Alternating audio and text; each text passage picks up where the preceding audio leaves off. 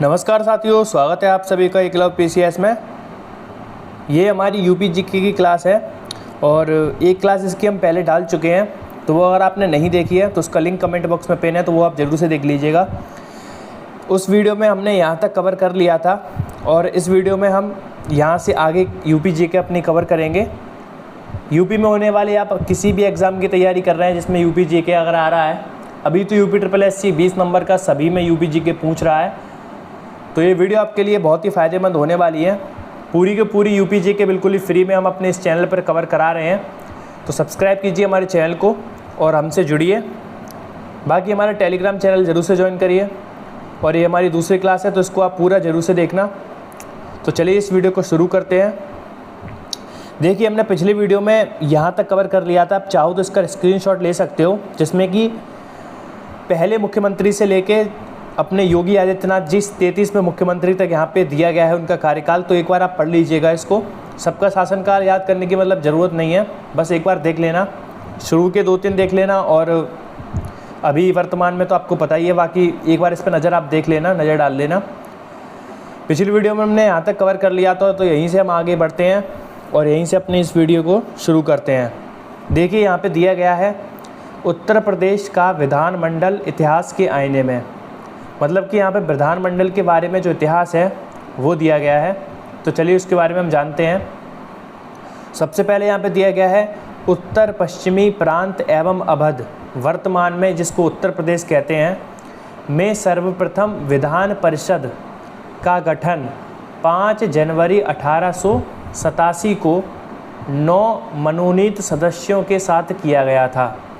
तो जो अपने यूपी है उसमें विधान परिषद का गठन कब हुआ था? 5 जनवरी 1887 को 9 सदस्य थे जिसमें जो कि मनोनीत थे, उनके साथ इसका गठन किया गया था। और इसकी पहली बैठक 8 जनवरी 1887 को इलाहाबाद, वर्तमान में इसको प्रयागराज कहते हैं, यहाँ के थार्नहिल मेमोरियल हॉल में संपन्न हुई। तो ये भी चीज़ आपको याद रखनी है। विभिन्न रूपों में परिमार्जित होते हुए यह परिषद मार्च 1937 तक प्रदेश के एकल सदनीय विधानमंडल के रूप में कार्यरत थी।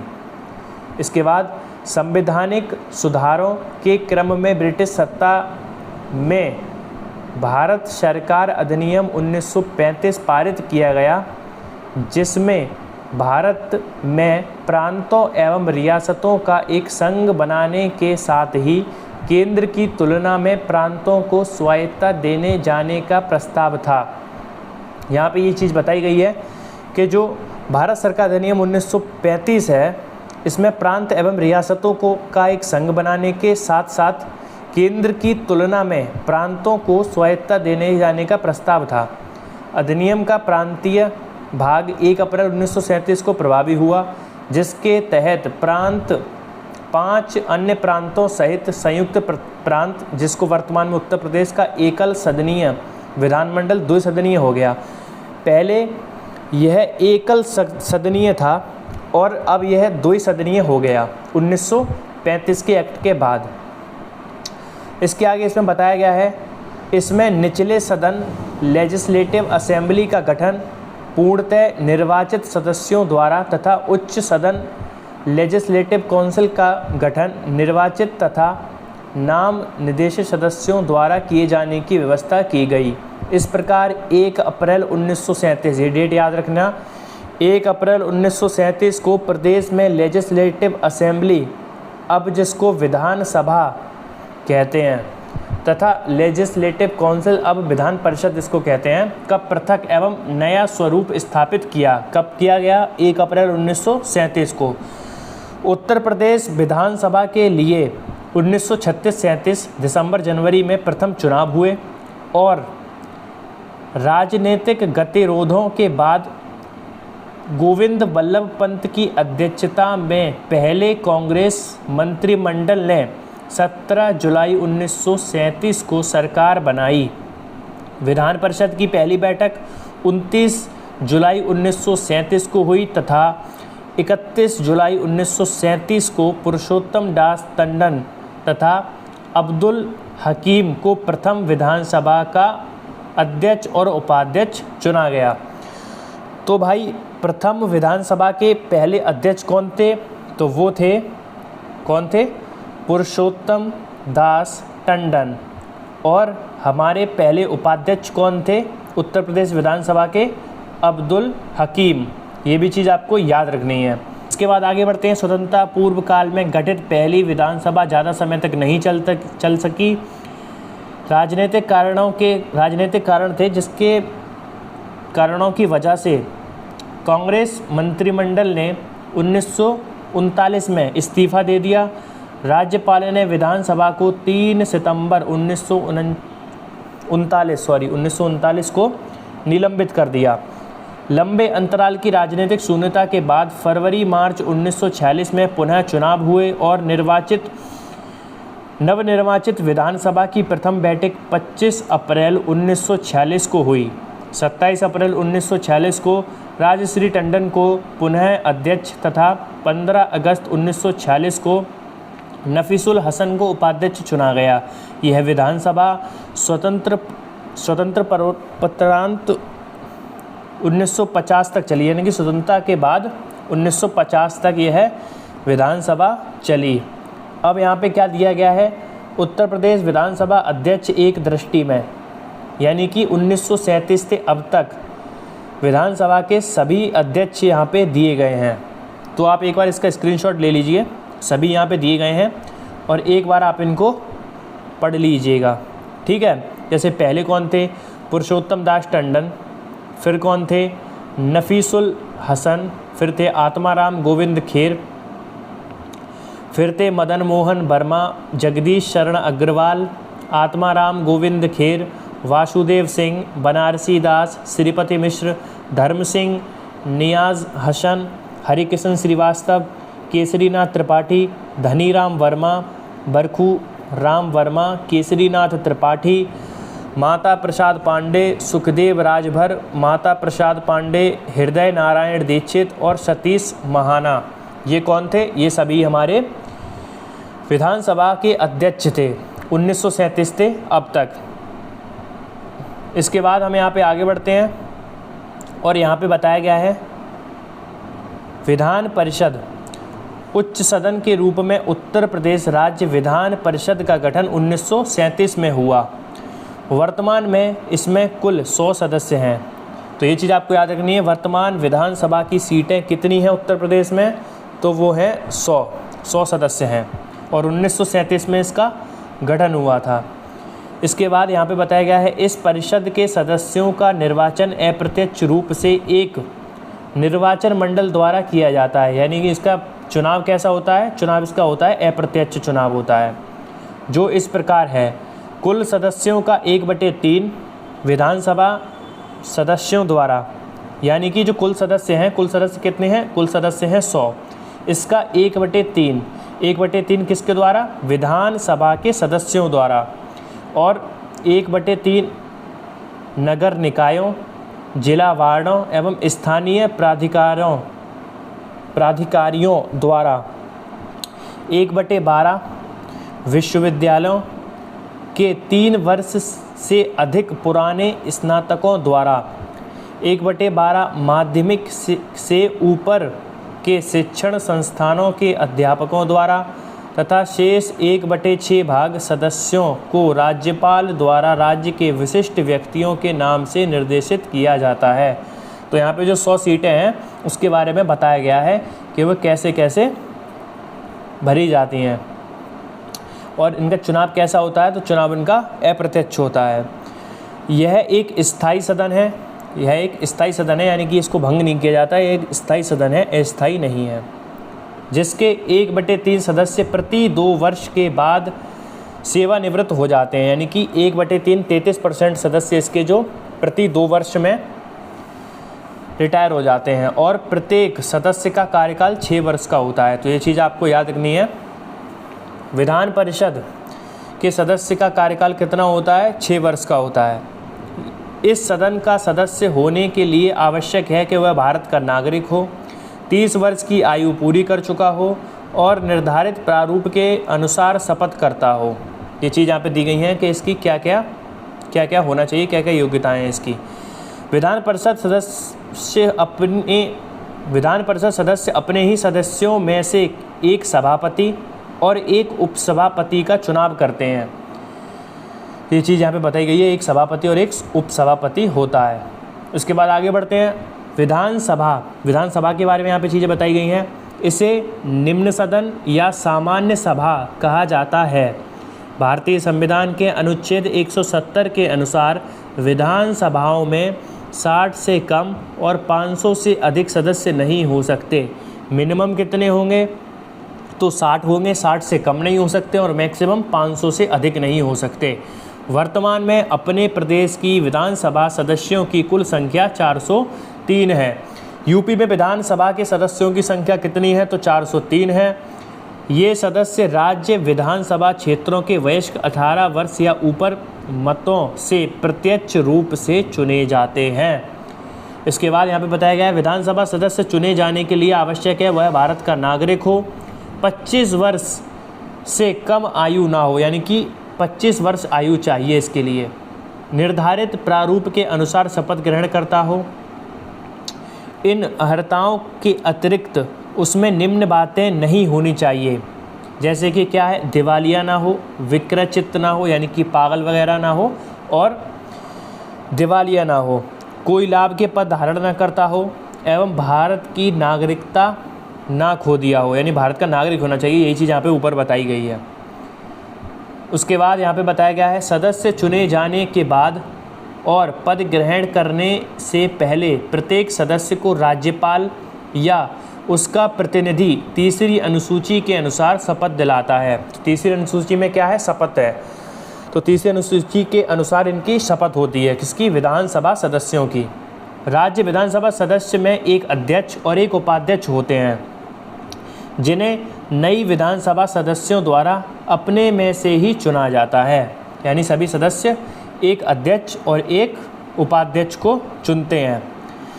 फिर यहाँ पे बताया गया है समितियाँ सदनों के पास इतना समय और सुविधाएं नहीं होती कि वह प्रत्येक मामले पर गहनता से विचार कर सके। अतः सदनों में विभिन्न प्रयोजनों के लिए समितियाँ बनाने की व्यवस्था है। कुछ समितियाँ दोनों सदनों की अलग अलग तो कुछ संयुक्त होती हैं। फिर यहाँ पे दिया गया है नेता विरोधी दल।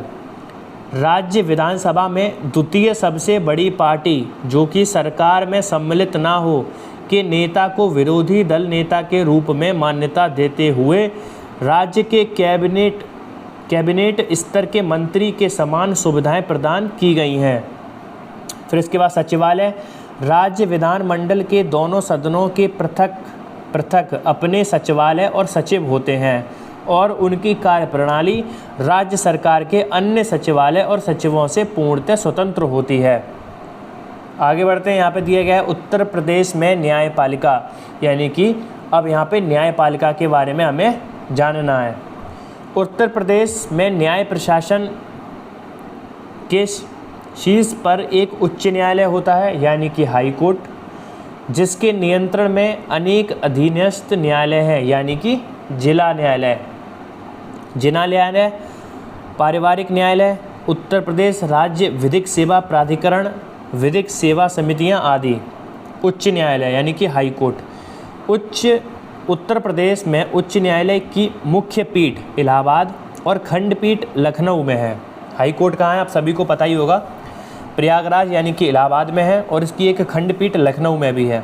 इलाहाबाद उच्च न्यायालय की स्थापना कब हुई थी? ये भी चीज़ आपको याद रखनी है। 17 मार्च 1866 में हाई कोर्ट इलाहाबाद की स्थापना हुई थी। वर्तमान में इलाहाबाद उच्च न्यायालय में न्यायाधीशों यानी कि जजों की स्वीकृत संख्या 160 है। ये चीज़ें भी याद रखनी है। इलाहाबाद हाई कोर्ट में जजों की संख्या कितनी है? 160 है। उच्च न्यायालय के न्यायाधीशों की नियुक्ति राष्ट्रपति द्वारा की जाती है। उच्च न्यायालयों के न्यायाधीशों की नियुक्ति 62 वर्ष की आयु तक के लिए की जाती है, यानी कि 62 वर्ष की आयु जब हो जाती है तो वो रिटायर हो जाते हैं। न्यायाधीश नियुक्त होने के लिए आवश्यक है कि वह भारत का नागरिक हो, कम से कम 10 वर्ष तक किसी न्यायिक पद पर कार्य किया गया हो, या इतने वर्ष से उच्च न्यायालय में अधिवक्ता हो, यानी कि उच्च न्यायालय हाई कोर्ट में अधिवक्ता हो 10 वर्ष तक, या किसी न्यायिक पद पर उसने कार्य किया गया हो। नियुक्ति के बाद राज्यपाल द्वारा उसकी शपथ होती है। फिर बात है यहाँ पे जिला न्यायालय की। उत्तर प्रदेश में 75 न्यायिक जिलों में बांटा गया है, जिसमें प्रत्येक जिले का नियंत्रण एक जिला न्यायाधीश के अधीन होता है। जिला जज के अतिरिक्त जिले स्तर का एक और न्यायाधीश जिला सेशन जज होता है। इन दोनों जजों की नियुक्ति उच्च न्यायालय के परामर्श से राज्यपाल के द्वारा की जाती है। जिला एवं सेशन जज के नीचे के अधीनस्थ न्यायिक सेवा को 2 भागों उत्तर प्रदेश सिविल न्यायिक सेवा PCSJ और उत्तर प्रदेश उच्चतर न्यायिक सेवा में विभक्त किया गया है। इनकी नियुक्ति राज्यपाल द्वारा उच्च न्यायालय एवं लोक सेवा आयोग के परामर्श से की जाती है। सामान्यतः ऐसी नियुक्तियां प्रतियोगी परीक्षा के आधार पर की जाती हैं। आगे बढ़ते हैं। यहाँ पे बताया गया है राजस्व परिषद। राजस्व संबंधी मामलों के अपील एवं सुनवाई के लिए प्रदेश में सबसे शीर्ष न्यायालय राजस्व परिषद बोर्ड ऑफ रेवेन्यू है, जो कि कहाँ पर है? प्रयागराज में है। अब यहाँ पे बताया गया है, देखो कैसे। उत्तर प्रदेश में राजस्व न्यायालय नायब तहसीलदार का न्यायालय होता है सबसे पहले, उसके ऊपर तहसीलदार का न्यायालय, उसके ऊपर उप जिला मजिस्ट्रेट का न्यायालय, फिर जिला मजिस्ट्रेट का न्यायालय प्रत्येक जिले में होता है, फिर होता है मंडलायुक्त न्यायालय प्रत्येक मंडल में होता है। और आप बताइए उत्तर प्रदेश में कितने मंडल हैं? 18 मंडल हैं। फिर सबसे ऊपर कौन सा होता है? राजस्व परिषद प्रयागराज, जो कि पूरे उत्तर प्रदेश में एक ही है। उसके बाद आगे बढ़ते हैं। पारिवारिक न्यायालय अधिनियम 1984 के अंतर्गत प्रदेश के समस्त मंडलीय मुख्यालयों में एक पारिवारिक न्यायालयों की स्थापना की गई है। तो पारिवारिक न्यायालय अधिनियम कब का है? 1984 का। इसके तहत ही क्या किया गया है? स्थापना करी गई है पारिवारिक न्यायालयों की। यहाँ पे परिवार के मामले सुने जाते हैं, परंतु वादों की संख्या के आधार पर प्रयागराज, लखनऊ एवं कानपुर नगर में 2 पारिवारिक न्यायालय स्थापित किए गए हैं। कहाँ पे? पारिवारिक न्यायालय 2 कहाँ पर हैं? प्रयागराज, लखनऊ और कानपुर नगर, क्योंकि यहाँ पे मामले ज़्यादा आते हैं, इसलिए यहाँ पे ज़्यादा 2 पारिवारिक न्यायालय खोले गए हैं। इन न्यायालयों के निर्णयों के खिलाफ अपील केवल उच्च न्यायालय में की जा सकती है। लोक अदालत, फिर यहाँ पे लोक अदालत के बारे में बताया गया है।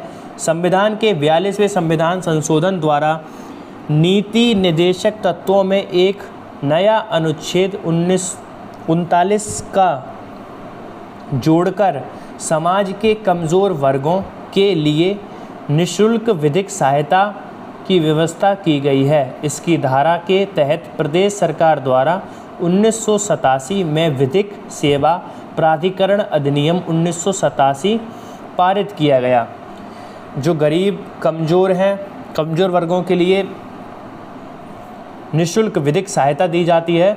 लोक अदालत किससे जोड़ा गया? 42वें संविधान संशोधन से।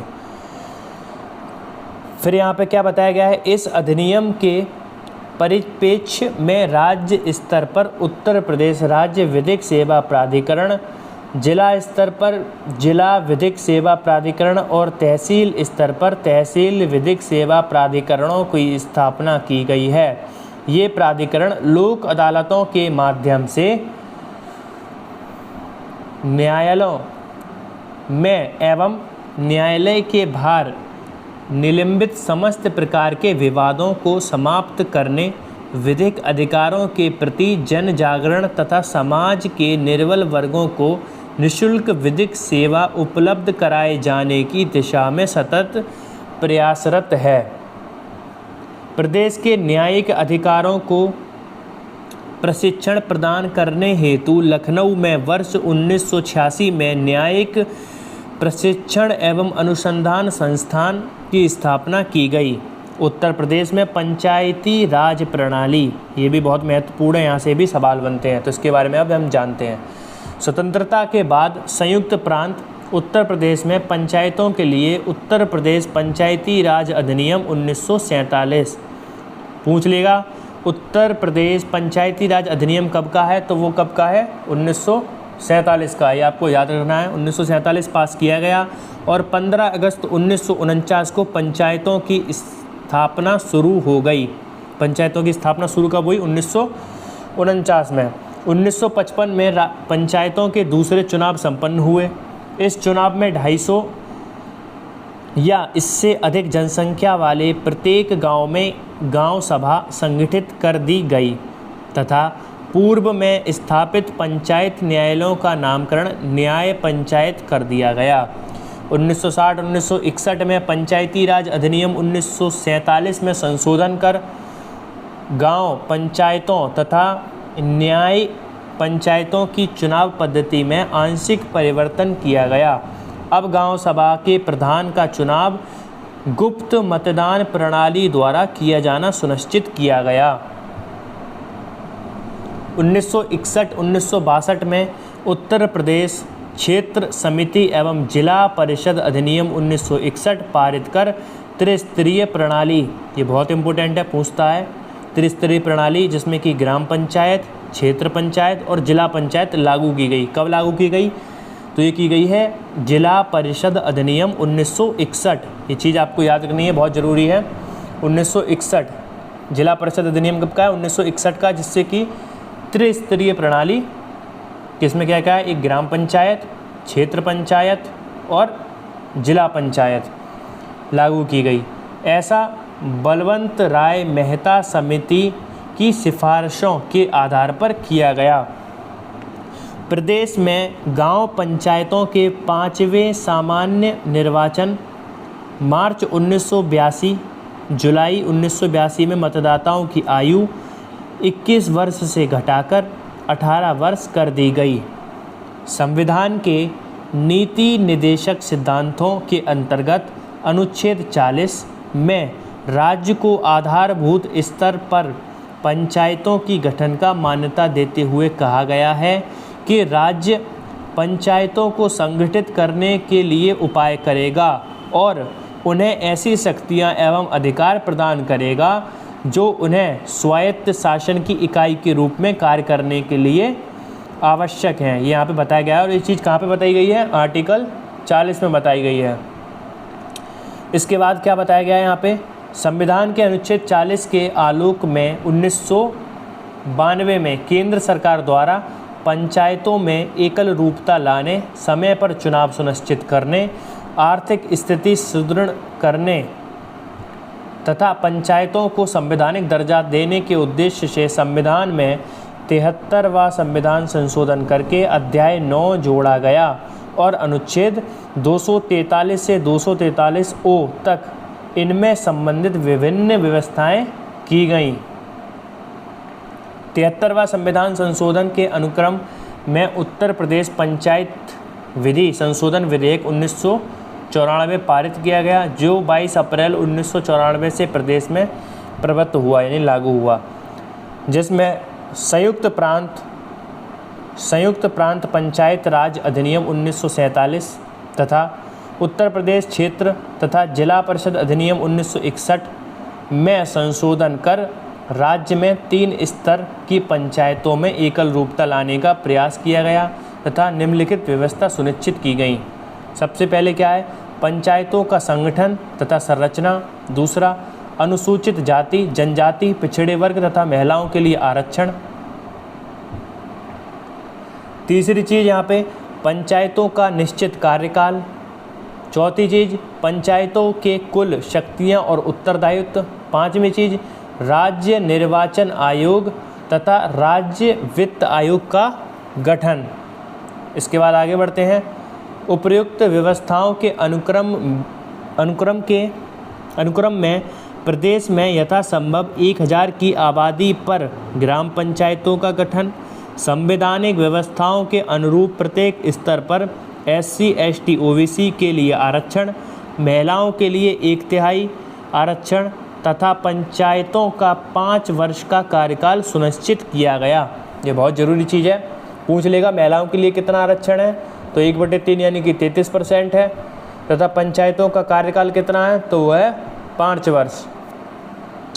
संविधान एवं राज्य के पंचायती राज अधिनियम 1994 में किए गए प्रावधानों के अनुसार 23 अप्रैल 1994 को राज्य निर्वाचन आयोग की स्थापना की गई।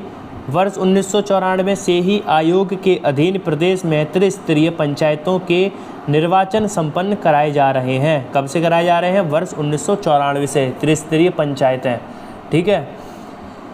उत्तर प्रदेश सरकार द्वारा वर्ष 1995 में एक विकेंद्रीकरण तथा प्रशासनिक सुधार आयोग का गठन किया गया।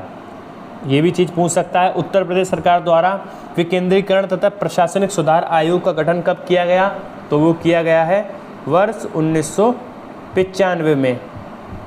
उसके बाद विकेंद्रित नियोजन प्रक्रिया में जन सहभागिता एवं विकास कार्यक्रमों योजनाओं के चयन, क्रियान्वयन तथा निगरानी का दायित्व पंचायती राज संस्थाओं को दिया गया है।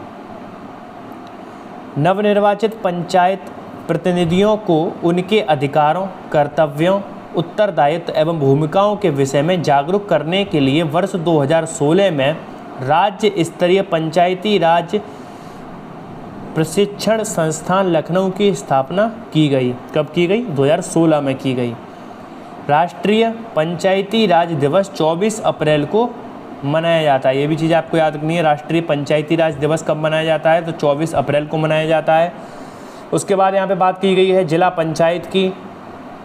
त्रिस्तरीय व्यवस्था में सबसे शीर्ष पर जिला पंचायत होता है, जिसके अध्यक्ष एवं उपाध्यक्ष का चुनाव जिला पंचायत सदस्यों द्वारा किया जाता है और इसके विरुद्ध अविश्वास प्रस्ताव चुने जाने से 1 वर्ष के भीतर नहीं लाया जा सकता है।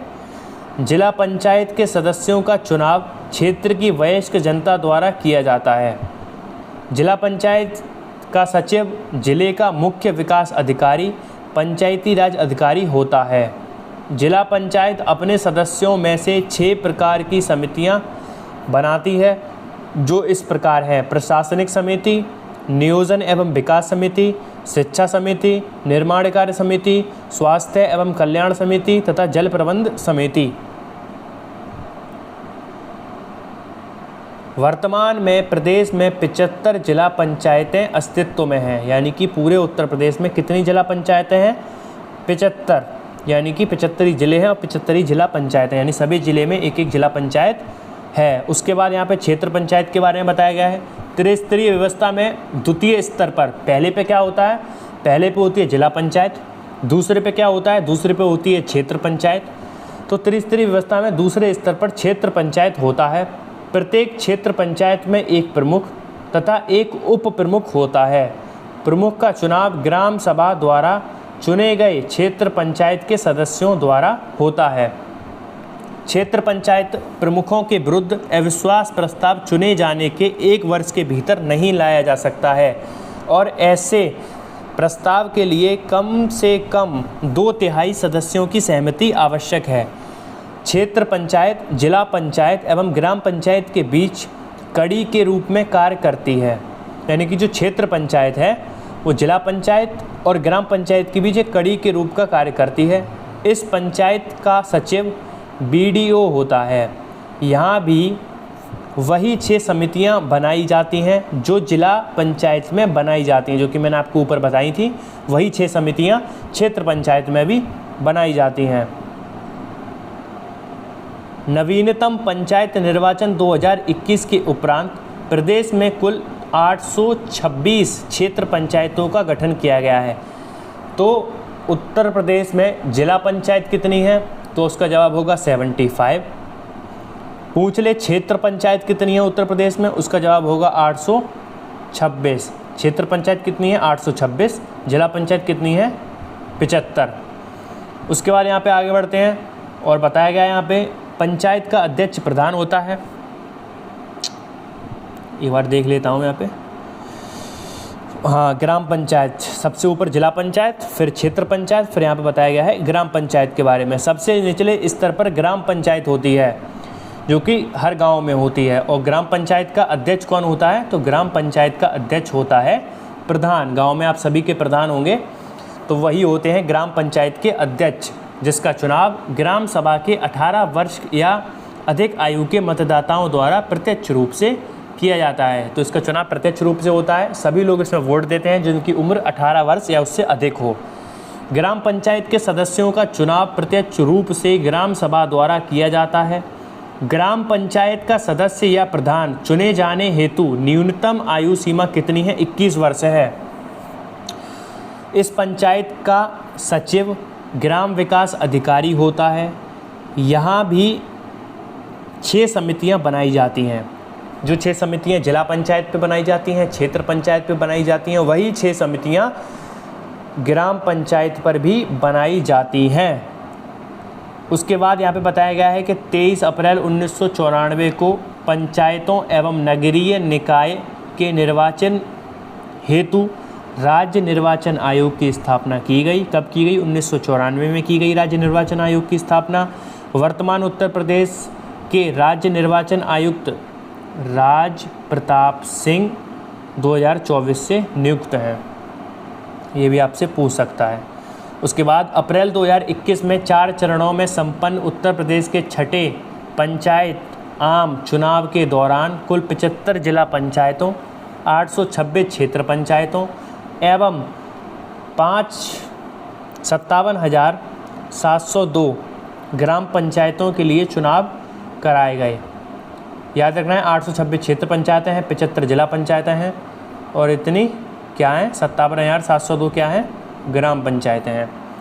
73वें संविधान संशोधन अधिनियम 1992 के द्वारा स्थानीय स्वशासन को आर्थिक रूप से सुदृढ़ बनाने के लिए 11वीं अनुसूची में पंचायतों को 29 विषय प्रदान किए गए।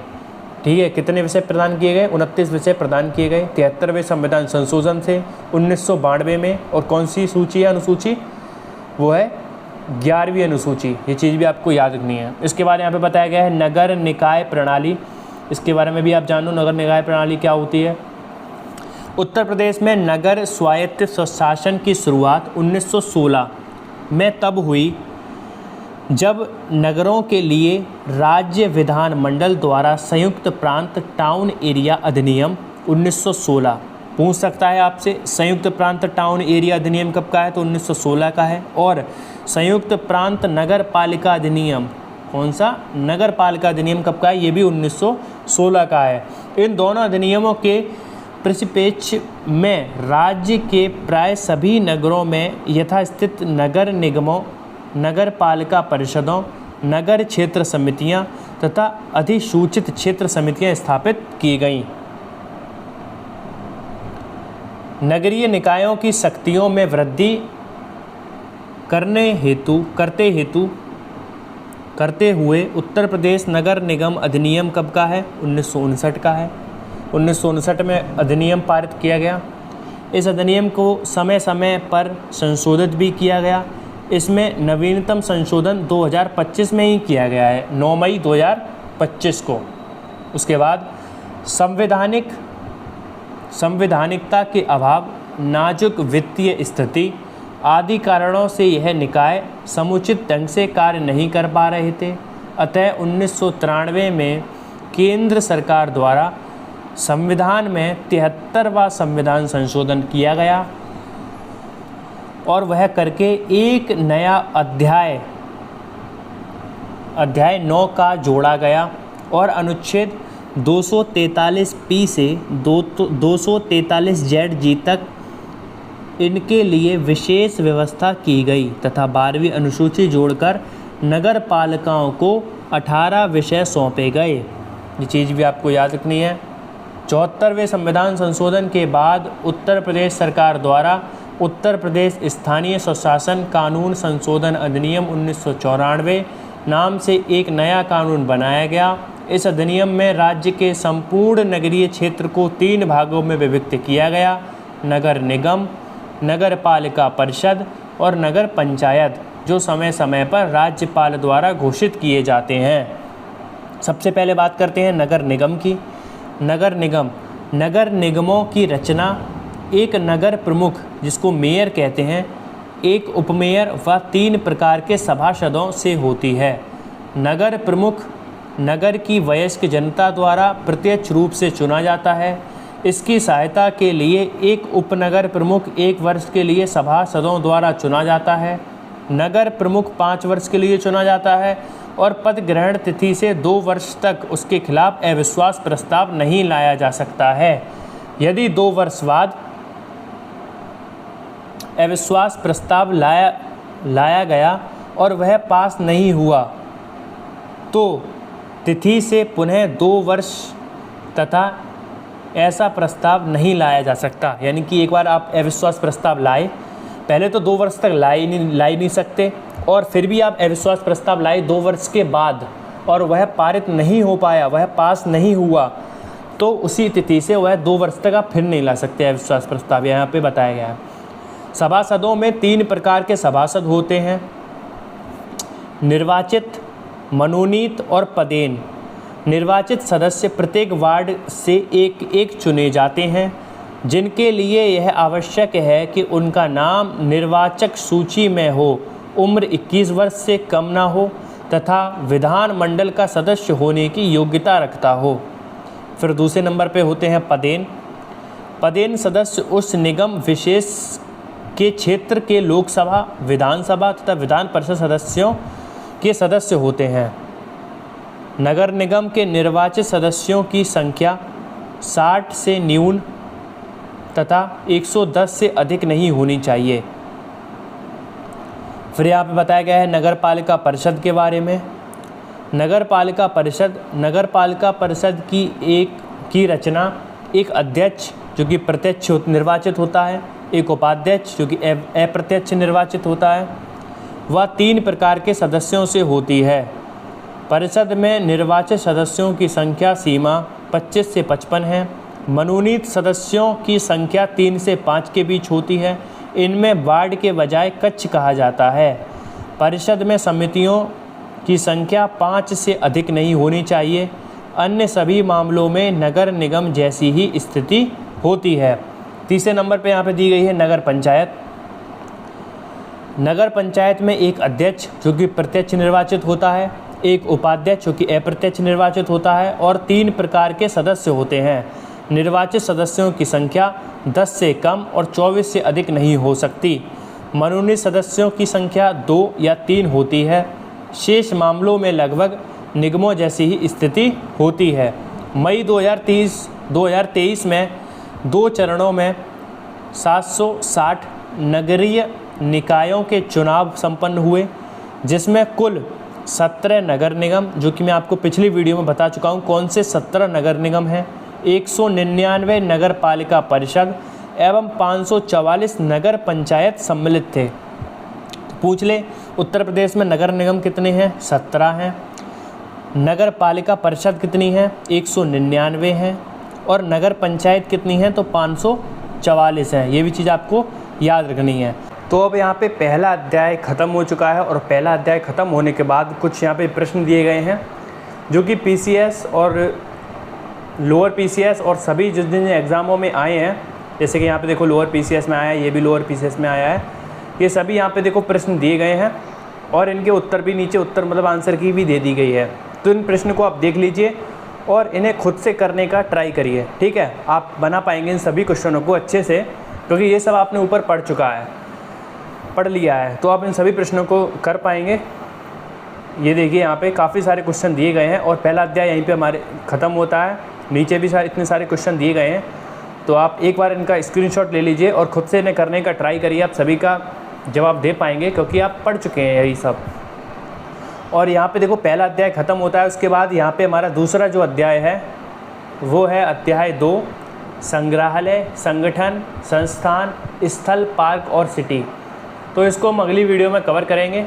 हमने यहाँ पे पहला अध्याय अच्छे से ख़त्म कर लिया है और इसके जो प्रश्न दिए गए हैं उन प्रश्नों को आप हल करने का प्रयास कीजिए और हमारे चैनल को सब्सक्राइब कीजिए, क्योंकि हमारे इस चैनल पर आपदा प्रबंधन, हिस्ट्री, ज्योग्राफी और पूरी की पूरी जीएस कवर कराई जाएगी बिल्कुल ही फ्री में। UPSSC के आप किसी भी एग्ज़ाम की तैयारी कर रहे हो तो आपको यहाँ से सब कुछ बिल्कुल फ्री में तैयार करने का मौका मिलेगा। चैनल को सब्सक्राइब कीजिए और इस वीडियो को लाइक कर दीजिए। मिलते हैं जल्द ही दूसरी एक क्लास में, तब तक के लिए जय हिंद, जय भारत, वंदे मातरम।